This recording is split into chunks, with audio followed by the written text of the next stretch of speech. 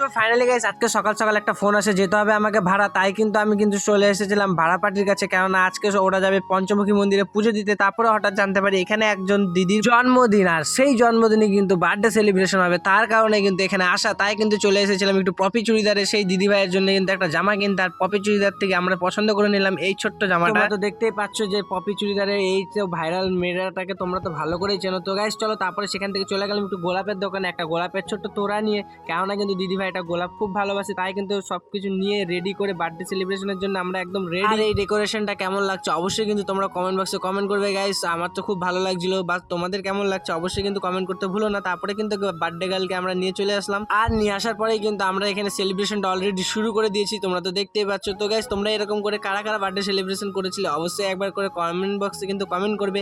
আর আমাকে কারা চেনো আর এই দিদি ভাইদেরকে কারা চেনো অবশ্যই কিন্তু কমেন্ট বক্সে কমেন্ট করবে। আর গাইস এত মানে বৃষ্টির মধ্যে কাদা কাদা, আর তার মধ্যে যে এত সুন্দরভাবে বার্থডে সেলিব্রেশন হবে মানে গাইস এটা একটা অস্বাভাবিক ব্যাপার, যেটা হচ্ছে ভাবার মধ্যে পরিকল্পনার বাইরে।